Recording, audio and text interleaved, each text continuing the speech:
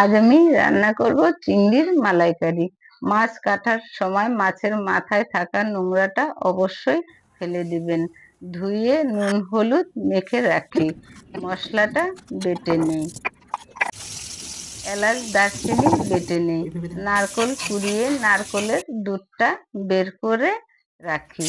মাছগুলো ভেজে নিই। মাছ ভেজে ওই তেলেই তেজপাতা জিরে ফোড়ন দিয়ে মশলাটা ঢেলে দিয়ে হলুদ নুন ও জল দিয়ে মশলাটা কষিয়ে মাছগুলো ঢেলে দিই। নারকেলের দুধটা দিয়ে দিই। এরপর ঢাকনাটা দিয়ে ঢেকে রাখি কিছু সময়।